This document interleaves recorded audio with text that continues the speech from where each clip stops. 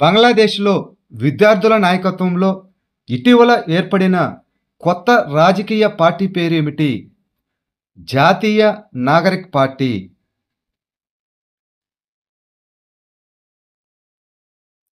ఇటీవల ఎవరు jaguar fighter స్క్వాడ్రన్‌లో మొదటి మహిళ పైలట్ అయ్యారు? తనుష్క సింగ్. 97వ అకాడమీ అవార్డ్స్‌లో ఉత్తమ చిత్రం అవార్డును గెలుచుకున్నటువంటి చిత్రం ఏది? అనోరా. 97వ అకాడమీ అవార్డులు మార్చి 2, 2025న లాస్ ఏంజెల్స్‌లోని హాలీవుడ్‌లోని డాల్బీ థియేటర్‌లో జరిగాయి. 2024లో 23 విభాగాలలో విడుదలైన చిత్రాలను జరుపుకునేందుకు కోనన్ ఓబ్రియన్ ఈ కార్యక్రమానికి ఆతిథ్యం ఇచ్చారు. సీన్ బేకర్ దర్శకత్వం వహించిన రొమాంటిక్ కామెడీ డ్రామా అయినటువంటి అనోరా ఉత్తమ చిత్రం అవార్డును గెలుచుకుంది. ఇటీవల ఏ రాష్ట్ర ప్రభుత్వం చిరాంగ్ రిపు ఎలిఫెంట్ రిజర్వ్ను 8వ జాతీయ ఉద్యానవనంగా ప్రకటించింది? అస్సాం.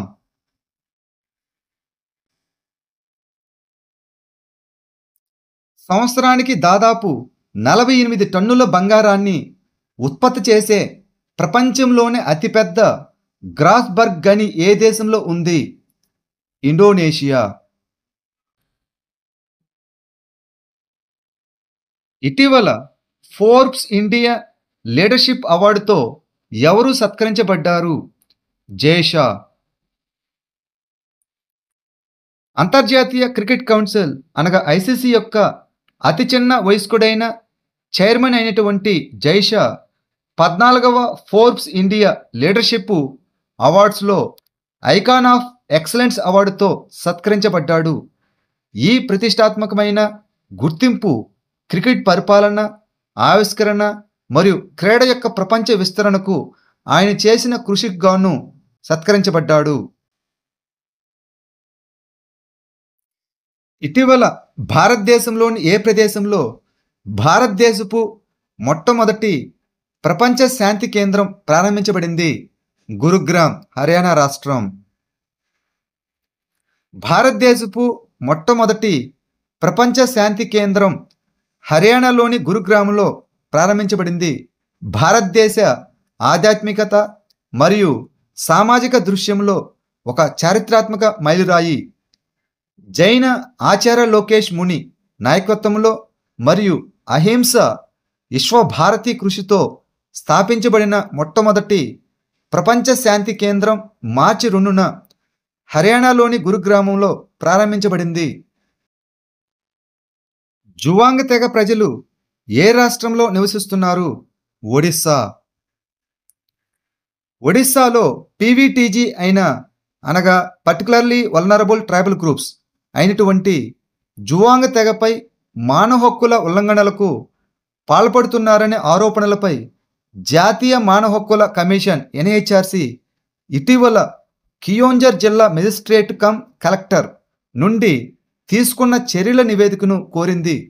2011 జనాభా లెక్కల ప్రకారం జువాంగ్ తెగ జనాభా దాదాపు 50,000 మంది.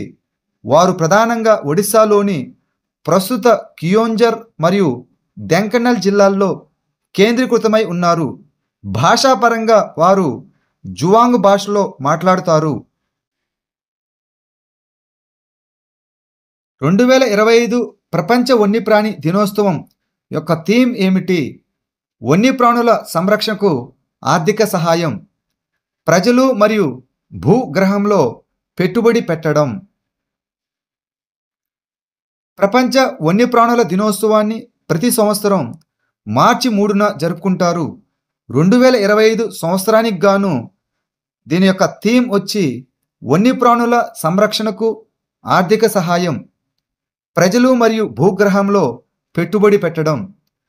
ఐక్యరాజ్య సమితి సర్వసభ్య సమావేశం 2013లో ఈ దినోత్సవాన్ని స్థాపించింది. కోల్కతాలో జియోలాజికల్ సర్వే ఆఫ్ ఇండియా 175వ వ్యవస్థాపక దినోత్సవ వేడుకలను ఎవరు ప్రారంభించారు? బొగ్గు మరియు గనుల మంత్రి అయినటువంటి జి కిషన్ రెడ్డి. 2025 మార్చి 4న జరిగిన 175వ వ్యవస్థాపక దినోత్సవ వేడుకల సందర్భంగా జియోలాజికల్ సర్వే ఆఫ్ ఇండియా తన గొప్ప వారసత్వాన్ని మరియు శాస్త్రీయ సహకారాలను ఆకర్షణీయమైన కార్యక్రమాలు, అంతర్దృష్టి ప్రచురణలు మరియు ప్రత్యేక పోస్టర్ కవరు, స్టాంపు మరియు 2 జియో సైంటిఫిక్ మొబైల్ యాప్ల ద్వారా ఆవిష్కరణ ప్రదర్శించబడింది.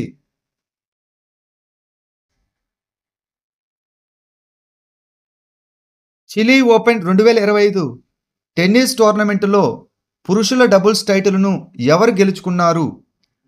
రిత్విక్ బొల్లిపల్లి మరియు నికోలస్ బారియంటోస్.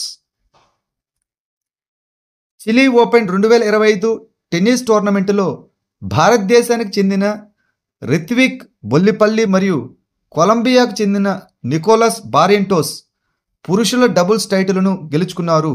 వారు టాప్ సీడ్ అయిన అర్జెంటీనాకు చెందిన ఆండ్రిస్ మోల్టోని మరియు మాక్సిమో గొంజాలెజ్లను 6-3, 6-2 తేడాతో ఓడించారు.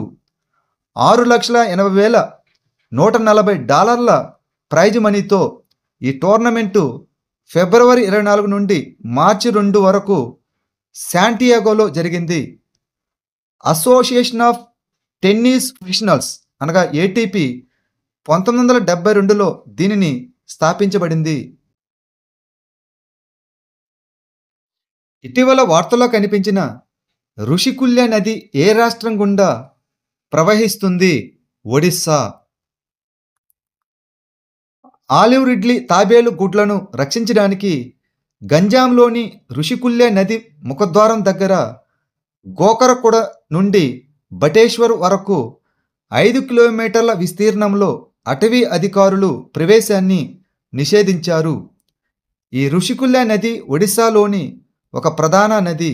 ఇది తూర్పు కనుమలలోని దరింగబాడి కొండల నుండి దాదాపు 1000 మీటర్ల ఎత్తులో ఉద్భవించింది. ఆలివ్ రిడ్లీ తాబేలుకు రుషికుల్య బీచ్ ఒక కీలకమైనటువంటి గూడు ప్రదేశం. ఇటీవల 30 సంవత్సరాల తర్వాత కేప్ రాబందులు ఎక్కడ కనిపించాయి? దక్షిణాఫ్రికా.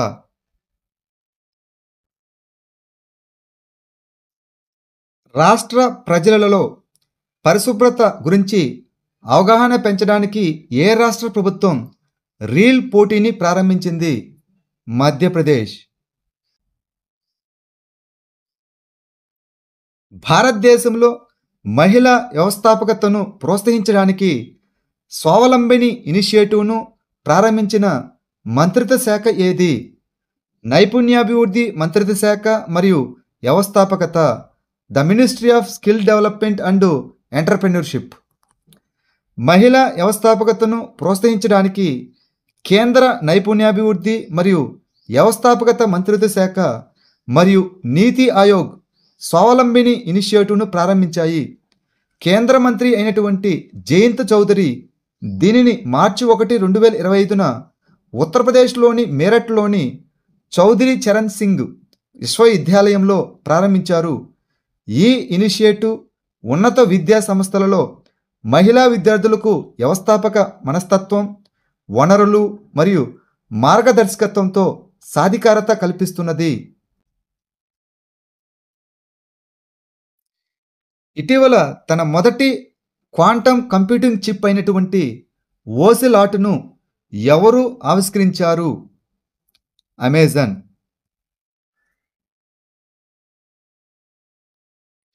ఇటీవల controller general of defence accounts అనగా CGDAగా ఎవరు నియమితులయ్యారు?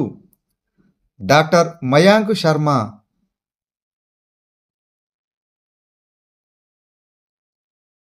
ఏ దేశం 7 చైనా విశ్వవిద్యాలయాలను నిషేధించింది?